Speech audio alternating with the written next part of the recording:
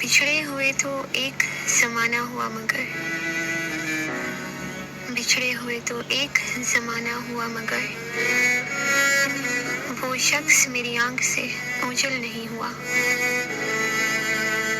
जिस कदर खानमा खराब हूँ मैं,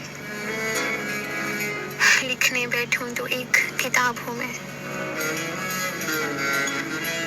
और मेरी बर्बादियों पे मत जाओ, और मेरी बर्बादियों पे मत जाओ। उन निगाहों का इंतखाब हूँ मैं।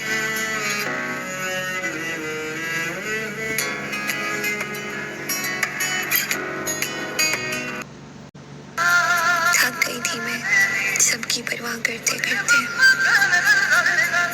जब से लापरवाह हुई हूँ, कसम से सकून में हूँ।